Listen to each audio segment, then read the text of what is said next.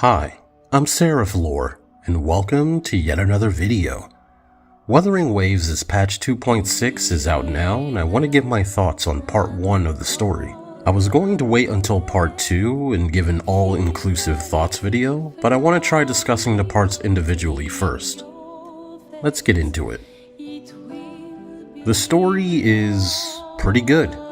It's not anything to write home about, but it is fine. There's one part of the story that may kill the pacing depending on your thoughts, but we'll go over it in a moment. For now, I want to talk about what happens. The story of part 1 has us work with Augusta and the gladiators to hunt down the tacit discords summoned by the Dark Tide, and the false sovereign that lurks within. I really like Augusta's introduction, as she sits on the throne, aura farming, and engages us in a brief duel. It foreshadows how we'll end up fighting her in the story's climax. Augusta is a great character. I was worried that the writers would try and make her appear flawless and thus make her seem boring and safe, but no. She's clearly still haunted by the events of her childhood. She undersells her own power and efforts, and despite working with us, it's clear that she wanted to destroy the Dark Tide on her own, going so far as to try and sacrifice herself after our duel with her at the end of the story. I was also a little concerned about Yuno as well. I was worried she would be attached to Augusta at the hip and we'd never spend time alone with her. But thankfully, the two aren't as attached together as I feared. Yuno is very much the twin-tailed tsundere archetype, but not to the point of stereotype.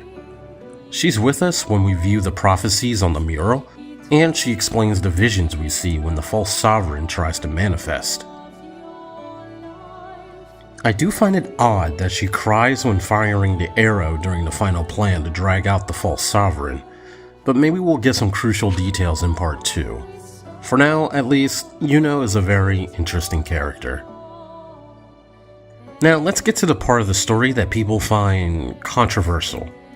The Murmurs Town backstory, where we're shown visions of Augusta's past through a sonorosphere.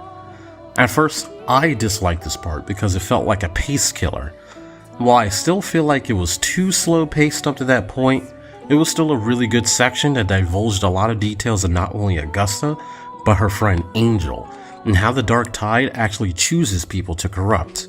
In the case of Angel, she was targeted by the Dark Tide over Augusta because she was a far stronger resonator, while Augusta wasn't. But it is interesting that the whispers of the Dark Tide still linger in Augusta's mind. So maybe Augusta is much stronger than she realizes.